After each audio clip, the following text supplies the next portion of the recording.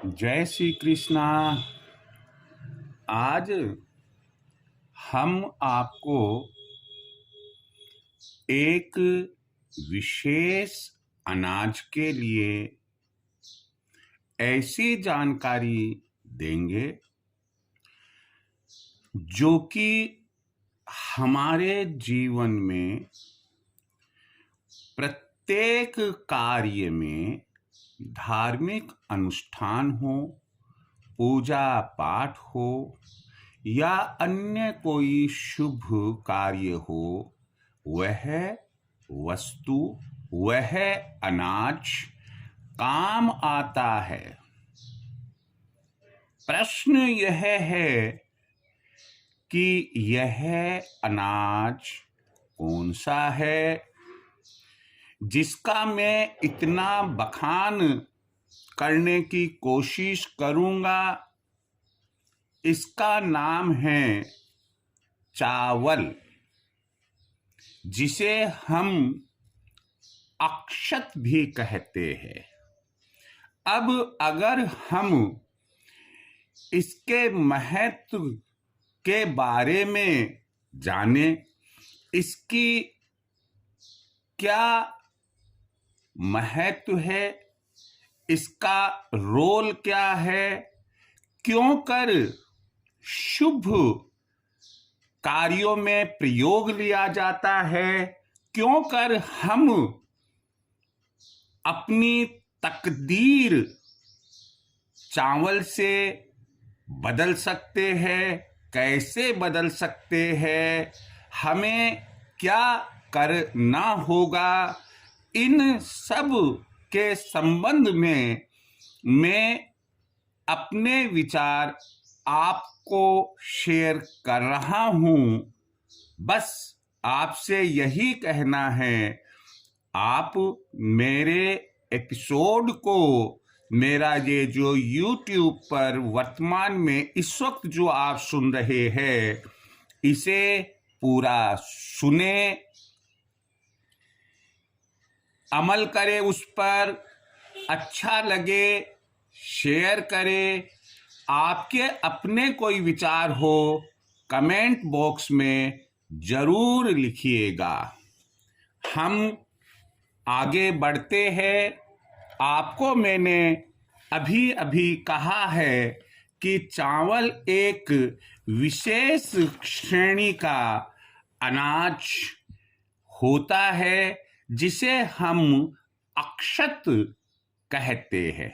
जब भी हम घर में कोई भी पूजा पाठ, ब्याह शादी, जन्म या अन्य कोई शुभ कार्य होता है, ब्राह्मण अपनी जो सामग्री लिखकर हमें देता है, उसमें वह लिखता है चावल या अक्षत। रोली मोली और हल्दी, धनिया, ना मालूम और क्या क्या, गुलाल, अबीर, ना मालूम और क्या क्या सामग्री भी लिखता है, लेकिन अक्षत अवश्य लिखता है। जरा हम ये सोचे कि ये अक्षत क्यों? तो देखो, थोड़ा सा दिमाग पर जोर दीजिएगा। जब भी कोई मेहमान आता है, हम उसके तिलक लगाकर यदि विदा दे रहे हैं तो कुमकुम के तिलक के साथ अक्षत जरूर उसके माथे पर लगाते हैं।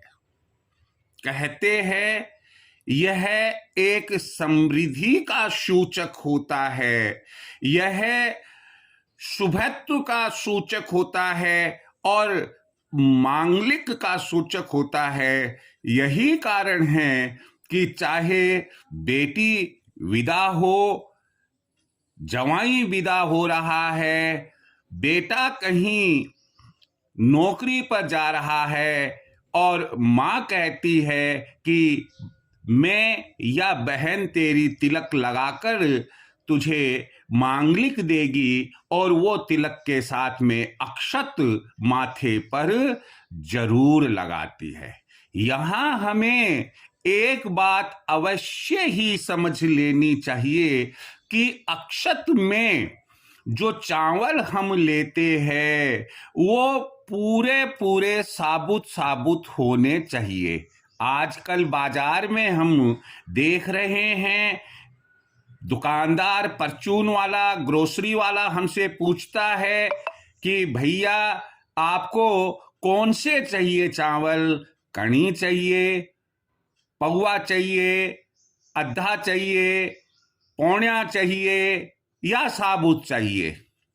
तो ध्यान रखिएगा, पूजा पाठ के कार्य के लिए, शुभ एवं मांगलिक कार्य के लिए, धार्मिक कार्यों के लिए, वास्तु संबंधी कार्यों के लिए हमें हमेशा साबुत चावल ही लेने चाहिए। गलती से यदि कोई उसमें टुकड़ा कटा हुआ हो तो हमें उस टुकड़े को उसमें से हटा देना चाहिए।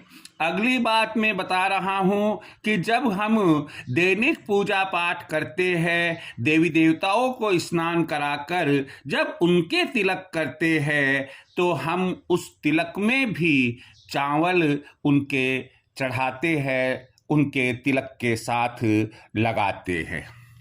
चावल का और भी मैं पहले दैनिक महत्व इसलिए बताना चाहूंगा क्योंकि जिससे हमारे मन में यह आ जाए कि आखिर चावल का वास्तव में महत्व है। जब हम दीपावली मनाते हैं तो हमारे सनातन धर्म में ये मान्यता है कि चाहे आप मिठाई कितनी भी बना लो, कितनी भी बाजार से ले आओ, लेकिन घर में आपको भात यानी कि चावल जरूर बनाना है और माँ लक्ष्मी को चावल में शक्कर और घी डालकर भोग लगाना है ताकि माँ लक्ष्मी प्रसन्न हो। हमारी दिवाली की पूजन पूर्ण तभी मानी जाती है। इसी प्रकार से जब होली का त्योहार आता है तब भी अधिकांश भागों में, हिंदुस्तान के अधिकांश भागों में चावल भात बनाने की परंपरा आज भी चल रही है। घर में कोई भी मेहमान आता है, भोजन तब तक अधूरा माना जाता है जब तक कि उसकी थाली में चावल बने हुए हम परोसते नहीं हैं। जब यहाँ पुरुषगारी की ही बात आ गई है तो आप एक बात को पूरा गांठ बांध ले, चाहे आप रोजाना चावल का खाते हैं या कभी कभी चावल खाते हैं, आप हमेशा अपनी थाली में चावल जो परोसे जाते हैं वो आपके थाली में राइट हैंड साइड यानी कि दाहिनी ओर रखे हुए होने चाहिए, तभी वो शुभ और मांगलिक रहेंगे और आपके शरीर में वो अपना अच्छा रोल अदा करेंगे। यहाँ मैं कुछ और बातें आपको बताने जा रहा हूँ, पहले उन्हें ध्यान रखें, उसके बाद कुछ ज्योतिषीय और वास्तु से संबंधित बातें भी मैं आपको बताऊंगा जो हमारी सुख समृद्धि में वृद्धि करती है। छोटी छोटी सी बातें हैं लेकिन शायद हो सकता है कि हमारी तकदीर को वो बदल दे। हमें इधर उधर लोगों से पूछने की जरूरत ना पड़े, अरे भाई मैं क्या करूं, क्या मालूम क्या बात है, रोजगार नहीं चल रहा है, नौकरी में मजा नहीं आ रहा है, घर में मैं जितना पैसा लाता हूं सबका सब खर्च हो जाता है, अंतिम दिनों में तो महीने के अंतिम दिनों में तो हम निश्चित रूप से कोई ना कोई कर्जा लेते ही है, बच्चों की फीस नहीं जमा करा पा रहे हैं, माता पिता को यात्रा नहीं करा पा रहे हैं, आदि आदि आदि। तो इनसे यदि मान लीजिए हमारे तकदीर में कुछ बदलाव परिवर्तन लिखा है। मैं ये तो श्योर नहीं कह सकता कि ऐसा, क्योंकि अगर ऐसा ही हो कि खाली एक छोटे से काम से हर आदमी का तकदीर बदल जाए तो फिर कहना ही क्या है। फिर तो माशाअल्लाह बहुत अच्छी बात हो गई है, बहुत अच्छी बात हो गई है। लेकिन कोशिश करने में कोई दिक्कत नहीं है। शायद हो सकता है कि ऊपर वाला ये चाहता है हमसे कि हम ये थोड़ा सा प्रयास करके देखें, फिर देखो कि मैं आपके भाग्य की पोटली कैसे खोलता हूं। तो कुछ महत्वपूर्ण बातें आपको जो चावल के संबंध में दैनिक जीवन में ध्यान रखने की है वो तो पहले सुन लीजिएगा आप। रात के समय आपको चावल नहीं खाने हैं। जैसे ही सूर्यास्त हो जाए उसके बाद चाहे आप कहीं भोजन पर जाए, होटल रेस्टोरेंट में जाए और चाहे घर में चावल बने, कम से कम भैया जो आप मुखिया है और आपकी जो पत्नी है, आपके जो माता पिता है, उनको चाहिए चावल ना खाए। बच्चों को भी शिक्षा दे कि रात में चावल नहीं खाते, माँ लक्ष्मी अप्रसन्न होती है। तो क्या परिवार में आपका कोई इतना सहयोग भी नहीं करेगा? अगर हाँ तो आज से सुनने के बाद निश्चित कर लो कि कोई कितना भी कहे, चाहे उस रोज रात शाम को भोजन नहीं करना मीन्स नहीं करना, चावल नहीं खाऊंगा, तो आप रात में चावल का सेवन नहीं करेंगे। एकादशी जो तिथि होती है हिंदू मास में, एकादशी की तिथि को चावल सर्वदा वर्जित है। क्यों? क्योंकि चंद्रमा की जो स्थिति होती है उस समय ग्रहों के साथ में, अन्य ग्रहों के साथ में, और जो भूमंडल के लिए चंद्रमा की किरणें होती है वो चावल को सपोर्ट नहीं करती है। ग्रहीय स्थिति अनुकूल न होने के कारण, चंद्रमा की ग्रहीय स्थिति अनुकूल नहीं होने के कारण हम धन संपत्ति, मन का शकून, मस्तिष्क का शकून, ये सब से वंचित हो जाएंगे यदि हम एकादशी को चावल खाते हैं। हालांकि लोग बाग ये कहते हैं कि एकादशी को चावल खाने का मतलब हम कीड़े खा रहे हैं। वो इसलिए क्योंकि सब लोगों को वैज्ञानिक तथ्य नहीं समझाया जा सकता। आप सोचो, जब चंद्रमा की वजह से ज्वार भाटा आ सकता है तो अरे आप और मैं तो एक इंसान हैं, हमारे मन और मस्तिष्क में अगर ज्वार भाटा आ गया कौन नियंत्रण उसके ऊपर करेगा? जरा आप सोचकर देख लीजिए। और यही कारण है कि हमें एकादशी को चावल कदापि नहीं खाने चाहिए। अगली बात है कि जब भी हम पूजा पाठ, धार्मिक कार्य, मांगलिक कार्य करें उसमें चावल के टुकड़े, कणी ये ना रखे, बल्कि पूरे चावल रखे। अगर हो सके तो हल्दी जो घर में रहती है थोड़ा सा उसे गीला करके, या सूखी हल्दी तो लगेगी नहीं, थोड़ा सा उसे गीला करके आप चावल के साथ उसको लगा दे, चावल को सुखा ले, नतीजा चावल पीले हो जाएंगे। कहते हैं कि पूजा में पीले चावल सर्वोत्तम माने जाते हैं। अब मैं आपको कुछ उपाय बताने जा रहा हूं। देखिए, मैं फिर आपको एक ही बात कहता हूं, अगर हमें विश्वास है, हमारी श्रद्धा है, इन बातों को हम स्वीकार करते हैं कि ऐसा हो सकता है, बच्चा रोता है, मां की गोदी में जाकर चुप हो जाएगा। विश्वास है तो वो जरूर चुप हो जाएगा, और अगर विश्वास नहीं है तो वो अपनी मां की गोदी में जाकर भी चुप नहीं होगा। और तब मां कहेगी, अरे नालायक, अब तो मैंने तेरे को मेरी गोदी में ले लिया है, फिर क्यों बिलख बिलख कर रो रहा है।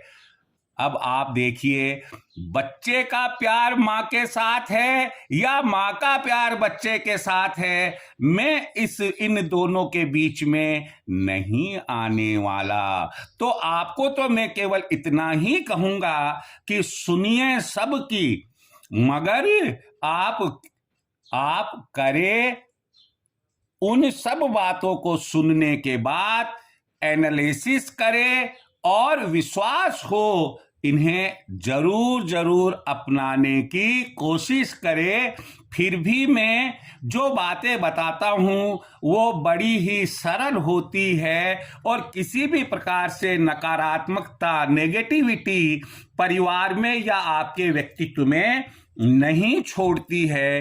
तो पहली बात मैं ये कह रहा था कि किसी कारण से यदि मान लीजिए कि हमारी आर्थिक स्थिति ठीक नहीं चल रही है, किसी कारण से हम ये सोच रहे हैं कि हम समृद्धि की ओर नहीं बढ़ रहे हैं, धन का आगमन जो हमारे घर में व्यवसाय में होना चाहिए, कारखाने में होना चाहिए, उतना नहीं हो रहा है, आप क्या करें, किसी भी शुक्ल पक्ष के शुक्रवार को आप प्रातःकाल स्नान ध्यान करके मां लक्ष्मी का चित्र अपने पूजा कक्ष में लगाएं, आसन दे उनको, आप स्वयं लाल आसन पर बैठे और एक लाल रेशमी कपड़ा लेकर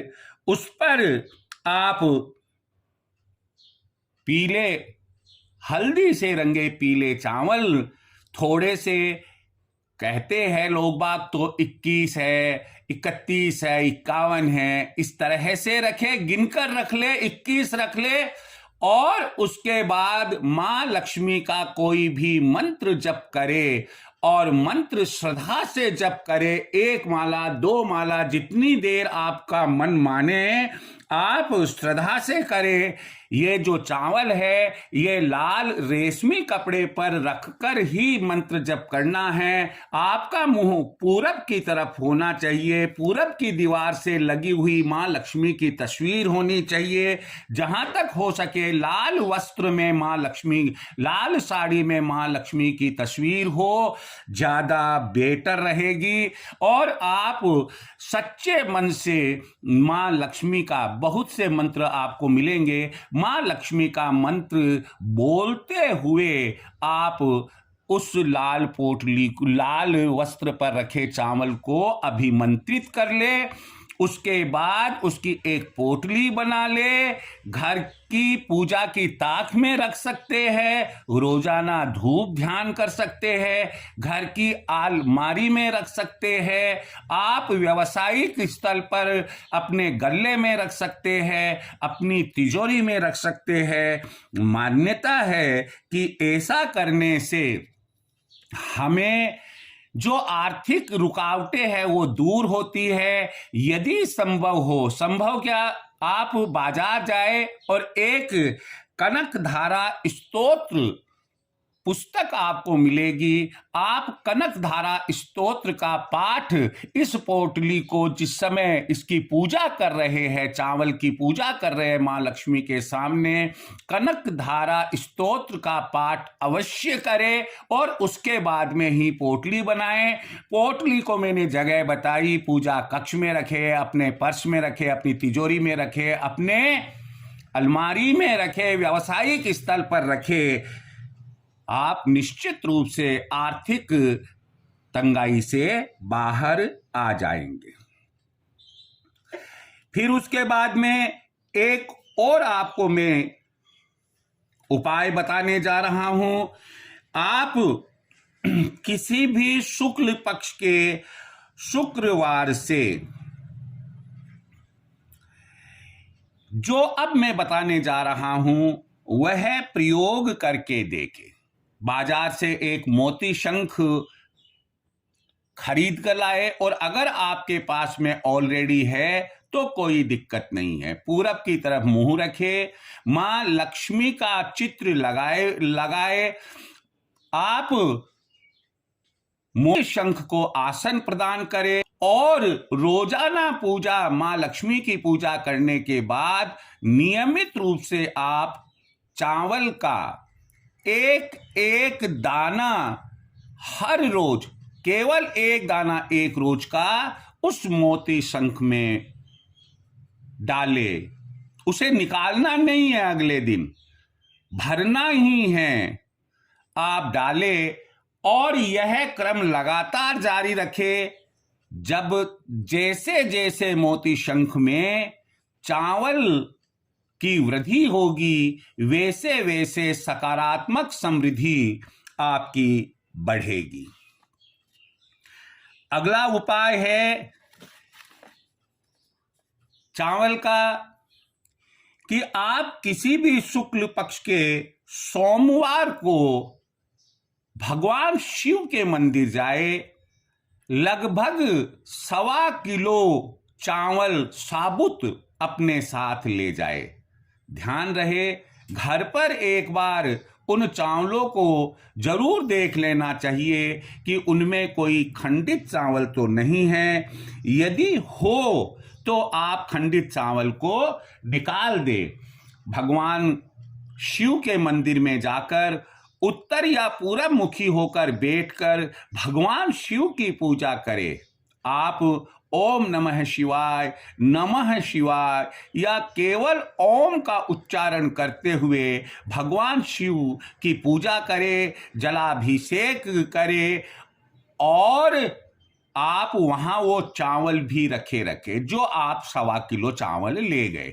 जब आपकी पूजा पूर्ण हो जाए, भगवान शिव से आप अपने मन की जो बात है कहे, उनसे प्रार्थना करें कि मेरी जो ये माली हालत, आर्थिक तंगी चल रही है, हे प्रभु यह मेरी आर्थिक तंगी दूर करे। और ऐसी प्रार्थना करते हुए एक मुट्ठी चावल शिवलिंग पर छोड़ दे, और जो बचा हुआ चावल है वह आप या तो मंदिर में ही दान कर दे या किसी भूखे को आप दान कर दे।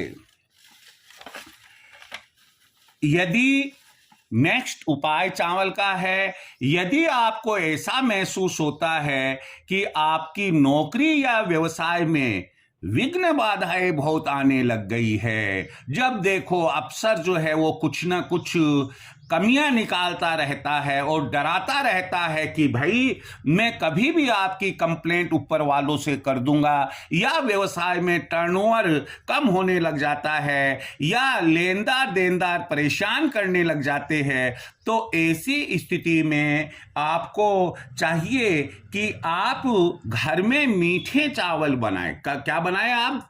सुबह के वक्त मीठे चावल बनवाएं घर में, और कौवों को वो मीठे चावल खिलाए।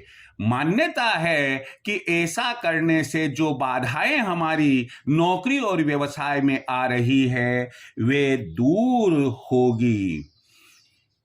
चावल का अगला उपाय मैं बताने जा रहा हूं, आप ध्यान से सुनिए। कई बार अभी इन दिनों में जहां पर कि कंपटीशन बहुत जबरदस्त हो गया है, कि व्यक्ति कहता है कि साहब या सर मेरे काम बनते बनते रुक जाते हैं और नामालूम कितने काम मेरे अटके हुए हैं। ऐसा क्यों? कोई ऐसा उपाय बताइए कि जिससे मेरे अटके कार्य सफल हो जाए, पूरे हो जाए और मुझे एक संतोष मिले। तो इसके पीछे मैं एक लॉजिक बताना चाहता हूं कि घरों में आपने कई बार सुना होगा कि एक पितृ दोष भी होता है। कभी कभी ऐसा होता है कि हमारे परिवार में कोई पितृ है लेकिन हम उनकी अवमानना करते हैं या उनका ध्यान नहीं रखते हैं, तो कहते हैं कि घर में पितृदोष हो जाता है। पितृदोष के हालांकि कई नुकसान है। कहने का मतलब है कि वंश वृद्धि रुक जाती है और हमारे कार्य जो होने चाहिए उनमें बार बार बाधाएं आती है, और इस प्रकार के कई से ऐसे परिणाम देखने को मिलते हैं कि वो पितृदेव हमें याद दिलाना चाहते हैं कि भाई हमें भी याद कर लो। तो फिर हमें क्या करना चाहिए यदि ऐसा हो? हमें ही मालूम कि हमारे परिवार में कोई पितृ हुआ या नहीं, लेकिन क्या मालूम कौन सी पीढ़ी मेरा, और अब उनको नाराज है, हमें करना ये। इसलिए सबसे बढ़िया उपाय है आप अमावस्या के दिन रोटी के साथ चावल खीर, देखिए अमावस्या का दिन हो, आप थोड़ी चुपड़ी हुई रोटी ले, चावल की खीर बनाए और खीर को रख कर कौ को खिलाए। ऐसा करने से आपके अटके काम धीरे पूरक जाएंगे। आपकी यदि यश और कीर्ति में है तो यश और कीर्ति बढ़ेगी, आपके जीवन में स्थिरता आएगी। इस चीज का आप ध्यान रखें। अगर ये उपाय करें, मुझे उम्मीद है अगर किसी भी प्रकार पितृदोष है तो वह दूर हो जाएगा। ज्योतिष में मान्यता है कि जो चावल है वह चंद्र और शुक्र ग्रह से संबंध रखता है, इसलिए हमें चावल का उपयोग, चावल का दान लेना आदि बड़े सोच समझकर ही लेना चाहिए। यदि हम रोजाना चावल खाते हैं, लेकिन ध्यान रखिए कि लंच के समय यदि हम रोजाना चावल खाते हैं तो इससे क्या होगा? इससे आपका चंद्रमा मजबूत होगा और आपका अपनी माता से स्नेह भरा संबंध भी मजबूत होगा। अगला उपाय है कि कोई अगर आपको यह कहता है कि कुंडली में गुरु ग्रह कमजोर है और यही कारण है कि जिसकी वजह से आपको आपके व्यवसाय, नौकरी, धन दौलत और घर में सुख शांति इनमें परेशानियां हो रही है, शादी ब्याह में परेशानियां हो रही है, तो इसका सबसे अच्छा और बढ़िया उपाय यह है कि आप गुरुवार के दिन पीले मीठे चावल बनवाएं, घर पर भगवान विष्णु की पूजा करें।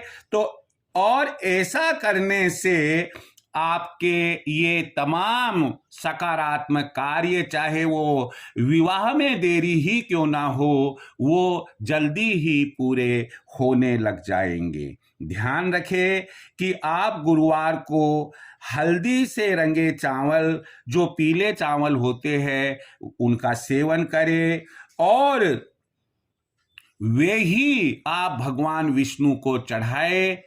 मैं उम्मीद